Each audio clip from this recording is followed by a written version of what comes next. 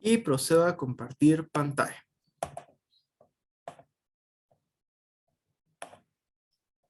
Muy bien, entonces comenzamos.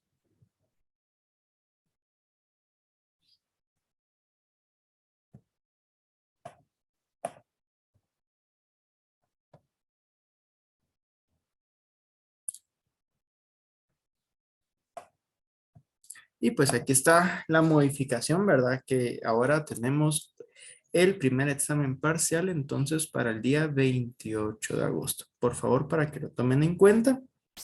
Y tenemos actualización del segundo examen parcial, que sería para el 9 de octubre, y del examen final, que sería el 20 de noviembre. Por favor, esto pues ya está actualizado en sus demás presentaciones para que por favor lo tomen en cuenta. Bueno, entonces pues vamos a comenzar y tenemos el tema del día de hoy, que es la presentación gráfica de datos.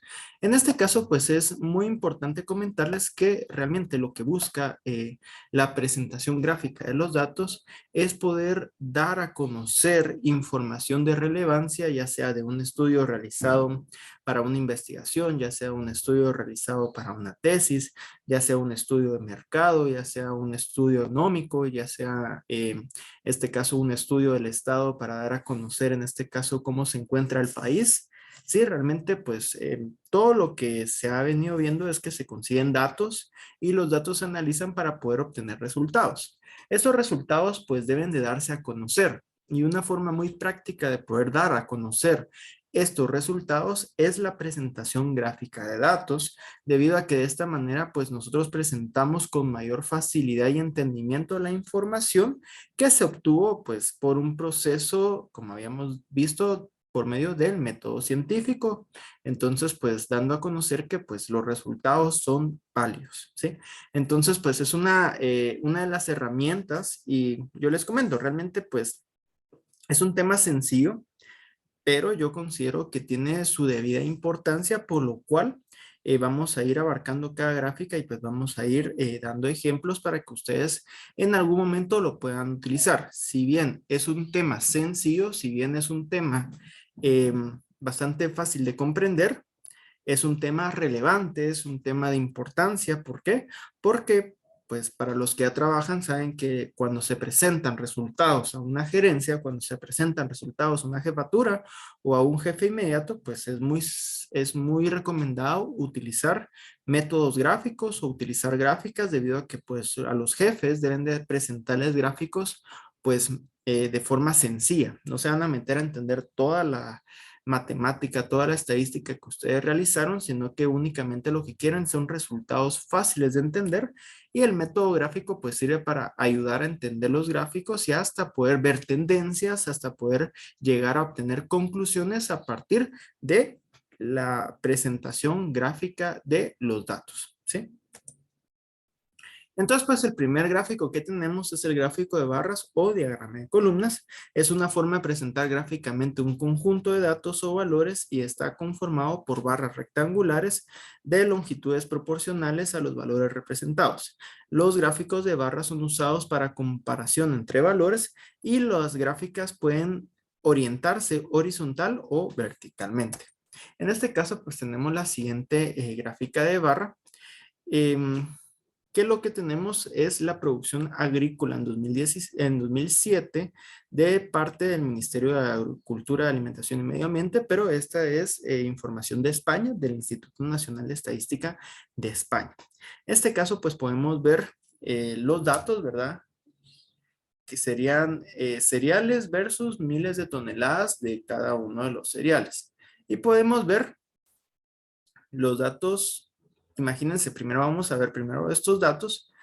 Todavía no miren la gráfica y dense cuenta que si nosotros miramos los datos crudos, cebada 11.945.000 toneladas, trigo 6.436.000 toneladas, avena 4.310.000 toneladas y centeno serían 261.000 toneladas.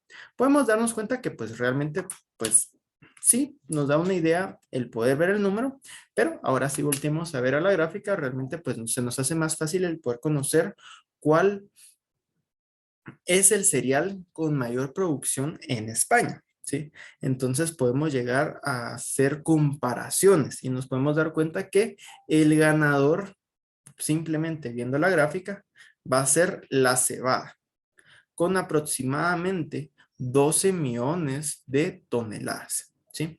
Entonces, en este caso, pues sería la cebada. ¿Y para qué nos sirve esto? O sea, realmente lo que hay que hacer es, bueno, es una gráfica de barras, pues se lee bastante sencillo, pero lo importante que ustedes tienen que practicar es qué información les va a dar en este caso esas gráficas de barra a ustedes, qué información relevante les está dando para, en este caso, pues, no sé, poder poner una empresa.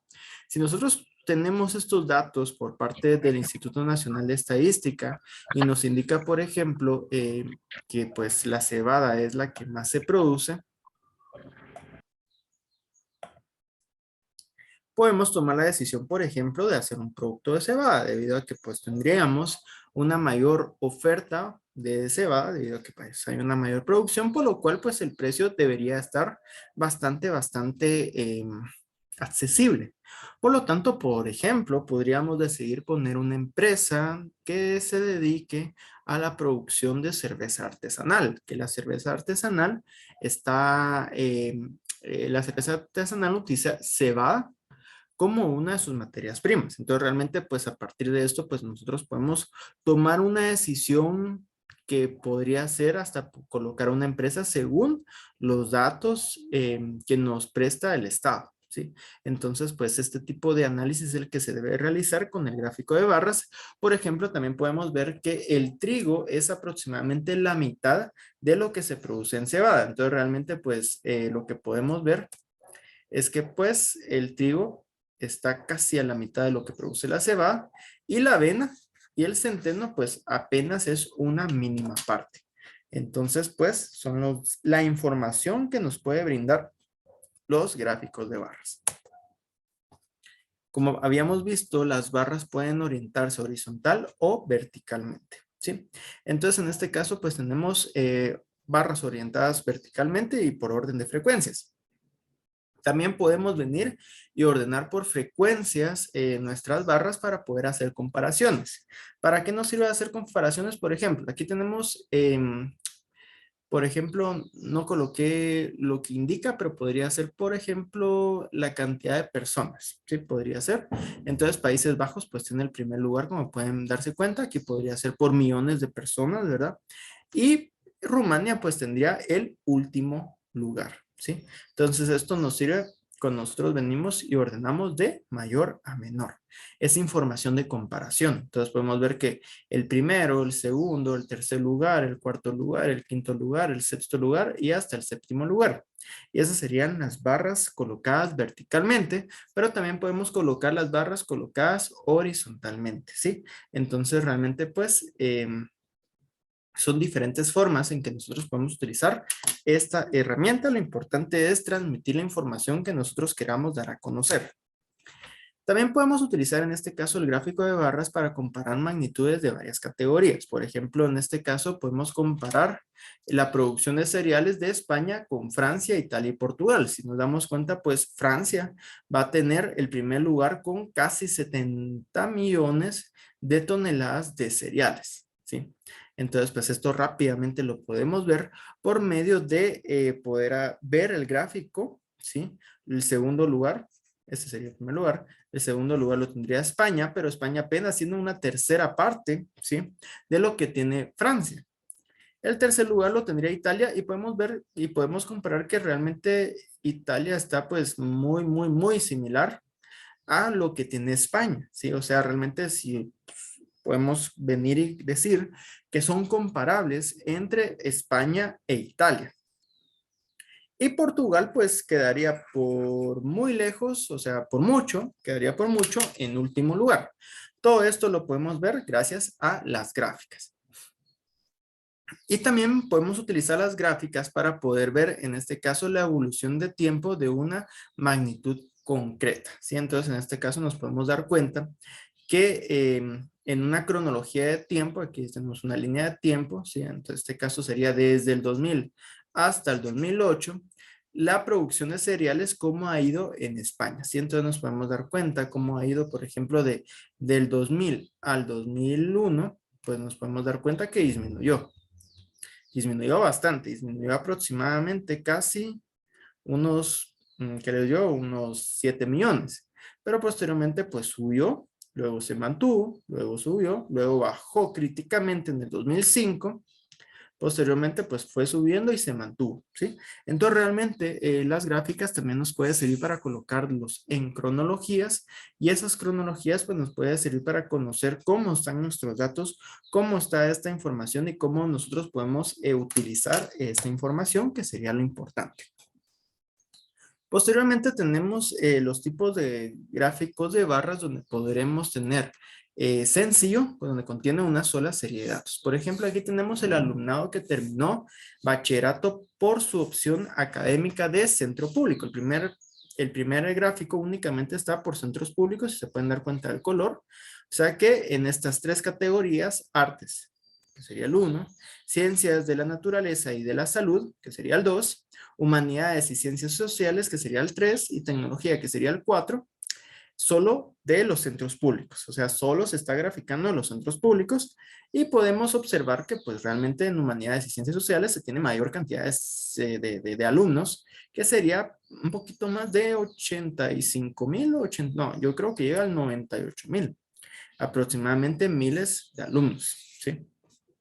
Entonces, en este caso, pues nos sirve únicamente para una serie de datos. Pero si queremos ya colocar los centros privados, tenemos los otros tipos de gráficos de barras, que serían en este caso agrupados, donde contiene varias series de datos y cada una se representa por un tipo de barra en el mismo color. En este caso, pues vamos a comparar los centros públicos de los centros privados y vamos a colocar cada serie de datos a la par en su misma categoría. Entonces, en este caso podemos ver que en artes, que es el que más poco tiene, el de privados, centros privados, pero la verdad es que es muy, muy, muy, muy, muy poco. En ciencias de la naturaleza y de la salud podemos ver que pues realmente los centros públicos son mayor que los centros privados. También en humanidades y ciencias sociales podemos ver que los centros públicos pues son mayor que los centros privados, y en tecnologías podemos ver algo muy interesante, que pues los centros públicos y los centros privados pues son casi equivalentes, pero sigue siendo mayor cantidad los centros públicos. Claro, toda esta información pues es de España, es del Ministerio de Educación, del Instituto de Investigación Estadística de España. Entonces podemos ver cómo nosotros podemos comparar entre las series de categorías. Posteriormente tenemos el apilado, que contiene varias series de datos. La barra se divide en un segmento de diferentes colores y cada una de ellos representa una serie. Como podemos ver aquí, lo que hacemos es que los unificamos y podemos ver cuánto suma en total, porque puede ser, bueno, centros públicos y centros privados, pero al final son centros de estudio. Entonces, lo que podemos ver es la totalidad y cómo lo conforman. En este caso, podemos ver que las ciencias de la naturaleza y de la salud, sí, o sea, llegan los dos en esa categoría un poquito arriba de los 80,000 alumnos, pero podemos ver, por ejemplo, en esta gráfica, y podemos ver aproximadamente que el 70% es por parte de centros públicos y aproximadamente el 30% sería por centros privados. Y podemos ver en totalidad, por ejemplo, en humanidades y ciencias sociales, ¿sí? Que aproximadamente tenemos que el 70%, bueno, sí, aproximadamente es para los centros públicos y que aproximadamente el 30% sería para los centros privados, pero entre los dos suman casi los 98,000 alumnos. Y en tecnología, pues podemos ver la conformación y también podemos ver aproximadamente cuánto suma. Sí, lo importante en este caso es que podamos ver pues qué tipo de gráficas nos puede ser de utilidad y cuál sería la que podría transmitir mejor la información que nosotros queremos comunicar. Posteriormente tenemos el histograma, que es un tipo especial de gráfico de barras en la cual una barra va pegada a la otra, puesto que donde termina una barra comienza la otra. Cada barra representa un conjunto de datos, los cuales pueden representar una categoría o bien un intervalo de datos. El histograma muestra la acumulación o tendencia, la variabilidad o dispersión y la forma de la distribución. Entonces podemos ver, por ejemplo, este histograma, donde este histograma, pues como pueden darse cuenta y como recuerdan, está según rango de datos, los intervalos, ¿sí? Y esos intervalos pues va a tener una cierta cantidad de frecuencias. Entonces, en este caso, por ejemplo, es como ver una tabla de distribución de frecuencias, solo que en vez de pues frecuencias, pues lo tenemos graficado. Entonces, pues lo que tenemos aquí en el eje Y, pues son frecuencias. Entonces, por ejemplo, aquí podemos ver que tiene hasta 500, hasta casi 500 de frecuencia. O sea, si vamos a ver el conteo. Luego tendríamos aproximadamente 2500. Aquí tendríamos aproximadamente 3400. Aproximadamente aquí volvemos a tener 2500. Aquí como 2400. Aquí bajaríamos tal vez como a 1800. ¿Sí? Y así sucesivamente, pero lo que tenemos es frecuencia, así como estábamos viendo en la tabla de distribución de frecuencias. Algo muy importante es que en el histograma nosotros podemos ver la acumulación o tendencia, la variabilidad de dispersión y la forma de distribución. Nos recordamos que las distribuciones pues tienen diferentes formas, entre las cuales pues está la distribución normal de los datos, ¿sí? ¿Se recuerdan? Pues la distribución normal pues es algo así. Y pues lo que nos dice en este caso el histograma es aproximadamente cómo estarían nuestros datos según su distribución, ¿sí? Entonces, ¿qué distribución obtendrían los datos? En este caso, pues, tendríamos una distribución casi normal que se sesga un poquito hacia la izquierda, ¿sí? También podemos indicar la variabilidad o dispersión a partir del análisis del histograma, como así la variabilidad y dispersión. Según la anchura, en este caso, de nuestro histograma, podemos saber cuánto se dispersan nuestros datos. Esta pues podría ser la referencia, la gráfica número 1 que tengo acá.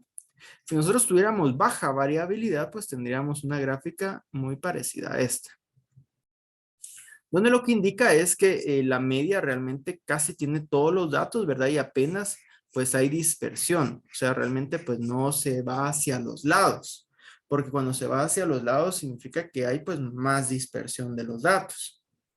Esta sería nuestra gráfica número 2, que lo que significa es que hay baja variabilidad o baja dispersión. Y posteriormente una gráfica larga y estrecha, perdón, larga pues angosta, ¿sí?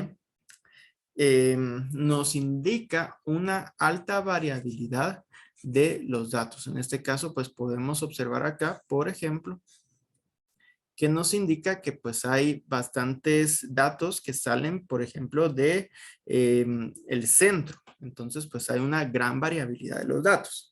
Pero esto nos lo da el gráfico de histograma, que si se recuerdan, pues en la clase anterior, pues vimos cómo podemos hacer un histograma fácilmente utilizando la herramienta de Excel, que pues es muy válido utilizar Excel debido a que pues esa herramienta, y si ustedes saben utilizar Excel, pues fácilmente pueden obtener su histograma utilizando la herramienta de Excel.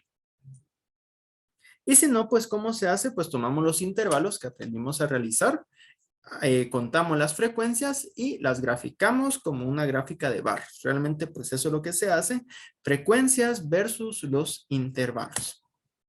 Aquí tenemos otro histograma donde podemos observar que realmente este tiene aproximadamente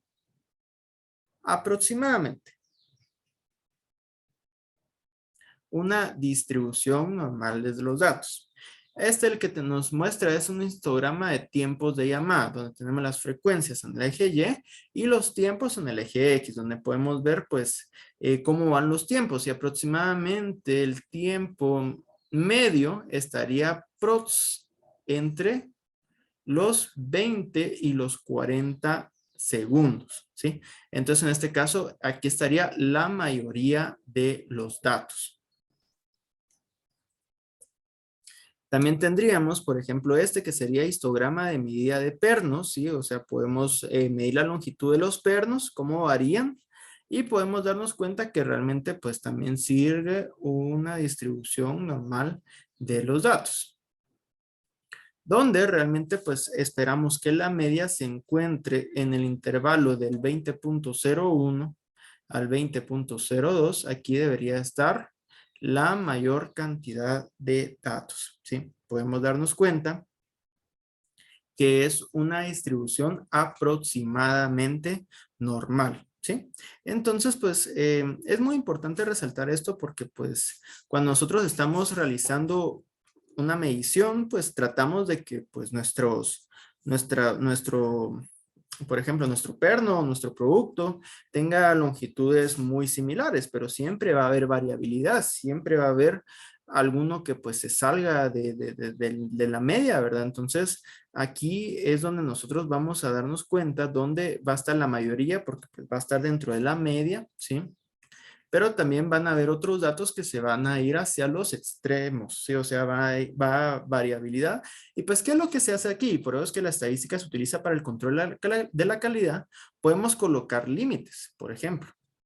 Límites que nos indican, por ejemplo, si esos son los límites aceptados, los que dibujé, que no pueden pasarse, no pueden ser menores a 19.99 o no pueden ser mayores a 20.04, por ejemplo, estos que están acá, que serían 2, no cumplen, por lo cual no pueden salir al mercado a venderse debido a que no cumplen con las medidas de control de calidad, los requisitos de control de calidad. Entonces, en este caso, pues es muy importante comprender esto, que es cómo se va a distribuir nuestros datos y qué es lo que significa esa variabilidad. Aquí tenemos un video de referencia de cómo poder hacer histograma. Y aquí pues tenemos cómo interpretar el gráfico de histograma. Creo yo que pues esto ya lo habíamos visto antes, pero prácticamente pues es muy útil. Imagínense que aquí tenemos frecuencia en el eje Y. ¿Sí? En el eje Y tenemos frecuencia. Y en el eje X, pues tenemos, como pueden dar cuenta, más que tiempos, es horario.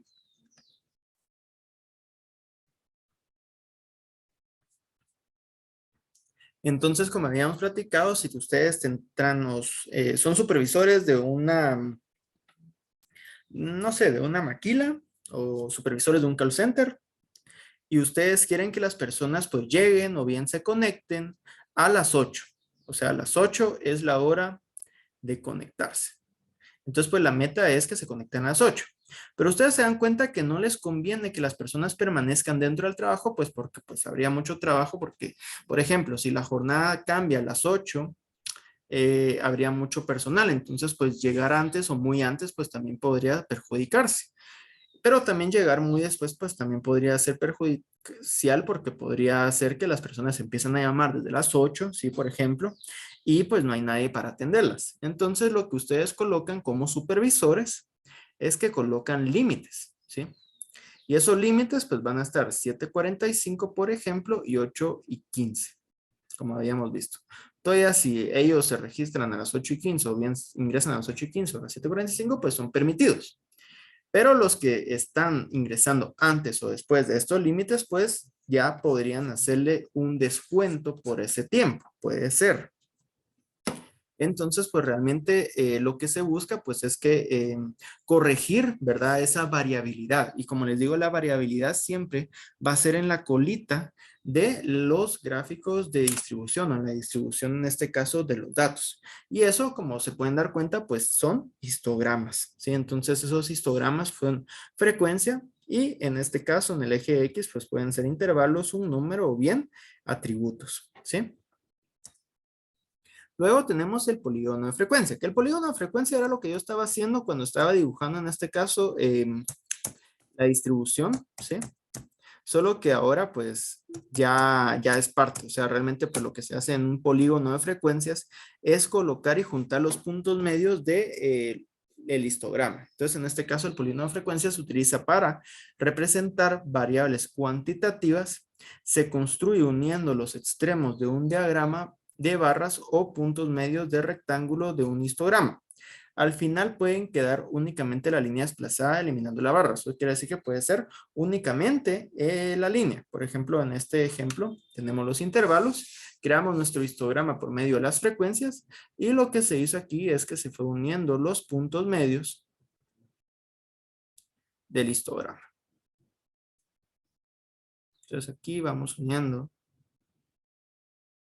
los puntos medios.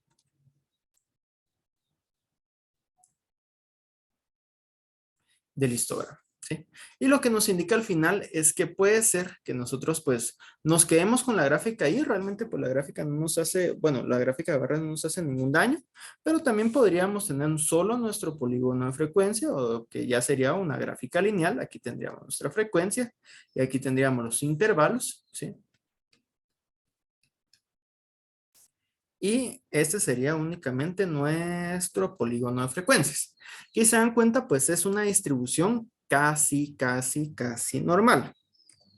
Y también pues podría ser en este caso que podamos ver una cronología, ¿verdad? Y juntar los puntos medios para así crear una gráfica lineal. Sí, vamos a ver más adelante la gráfica lineal, pero lo que pues podemos ver aquí es ver cómo está la cronología, sí, en este caso de la producción de cereales de España, que era algo pues, que ya habíamos visto, pero esto lo podemos hacer juntando los puntos medios de nuestras gráficas de barra y creando esta línea que sería en este caso un polígono de frecuencias, ¿sí? Y pues con esto pues nos da una idea. Lo importante es que nosotros podamos dar a conocer la información que nosotros queremos comunicar, dar a conocer esa información que pues es relevante por medio gráfico, ¿sí? Entonces tenemos también un video de referencia para cómo crear histograma y polígono de frecuencia en Excel del canal Saber Programas. Posteriormente tenemos la ojiva. Esta gráfica es un polígono de frecuencias acumulados, es decir, que la misma permite ver cuántas observaciones se encuentran por encima o por debajo de ciertos valores. Este es un tipo de gráfico de frecuencia y también se denomina polígono de frecuencias acumulado. Sirve para dar el número o proporción de observaciones más pequeño o igual a un valor particular. Las ojivas son especialmente útiles para estimar los percentiles de una distribución. Por ejemplo, podemos conocer el punto central para que el 50% de las observaciones estén por debajo de este punto y el 50% por encima. Para hacer esto, dibujamos una línea desde el punto del 50% en el eje de porcentajes hasta que se cruza con la curva, ¿sí? O sea, prácticamente la ojiva lo que hace es que nosotros pues vamos a ir graficando la frecuencia acumulada y con esto nos sirve para conocer, por ejemplo, cuáles se encuentran abajo de un porcentaje determinado. Entonces, pues ya vamos a ver, por ejemplo, en el siguiente ejemplo. Características de la ojiva. Muestran las frecuencias acumuladas. Se prefiere para el tratamiento de datos cuantitativos y el punto final equivale siempre al 100% de los datos, porque es como en la distribución de frecuencias, cuando se iban acumulando, ¿se recuerdan? Siempre va a sumar el 100%, ¿sí? La acumulada. Entonces, en este caso podemos ver el siguiente ejemplo, donde vamos a tener la ojiva, un ejemplo de la ojiva. Y podemos ver pues cómo va a ir acumulándose los datos. O sea, cuando vamos acumulando los datos, pues siempre se va a ir sumando. Eso lo que va a hacer es que cada vez vaya a ser mayor porque lo que va a ir graficando es la frecuencia acumulada. Y recuérdense que la frecuencia acumulada pues siempre suma a la frecuencia siguiente y así sucesivamente. Y siempre llegamos al 100% de nuestros datos. Por lo tanto, podemos observar que se encuentra, por ejemplo,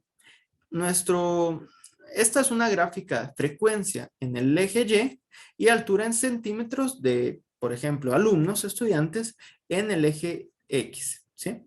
Entonces queremos ver qué porcentaje está por abajo del 147 y qué porcentaje está por arriba del 147.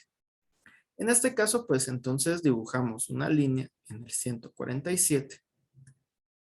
Nos vamos al eje X, al eje Y del lado derecho, donde vamos a tener el porcentaje, si la frecuencia, en este caso, ¿se recuerdan? Podíamos tener, era la frecuencia relativa, ¿sí? Donde pues teníamos el porcentaje, podíamos tener porcentaje. Y aquí pues tenemos 41.25%.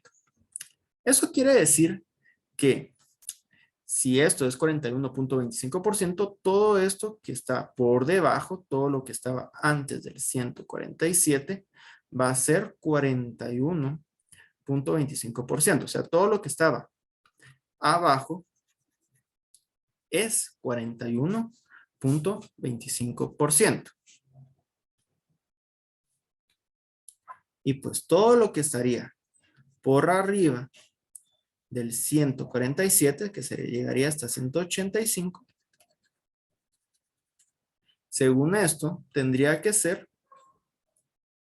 el 58.75%, porque se dan cuenta que iba a ir sumando, ¿sí? Entonces, esto de aquí sería, en este caso, el 58.75%, los que están arriba del 147, y los que están abajo del 147 centímetros sería el 41.25%, ¿sí? Y entonces esa es la interpretación que se le puede dar a la ojiva. Aquí también tenemos un video de referencia de cómo realizar la ojiva, ¿sí? Entonces, pues sería bueno que la puedan echar un vistazo. Aquí tenemos otra ojiva, donde lo que vamos a tener, por ejemplo, es que vamos, si se dan cuenta, lo que hacemos es graficar la frecuencia acumulada. Aquí vamos a tener 5, después graficamos 13, después graficamos 33, después graficamos 43, después graficamos 48 y después graficamos 50. Y esto tendría que llegar a ser siempre el 100% de nuestros datos. Entonces, si se pueden dar cuenta, pues siempre vamos a ir graficando, en este caso, la frecuencia acumulada cuando nosotros querramos realizar una ojiva. Y aquí pues también tenemos otra ojiva, lo que podemos ir viendo pues siempre es que va a ir incrementando. Esto también nos sirve para pues poder ver la tendencia en este caso cuando se va a ir aumentando el eje X, ¿sí? Ok. No sé si hay alguna duda hasta el momento.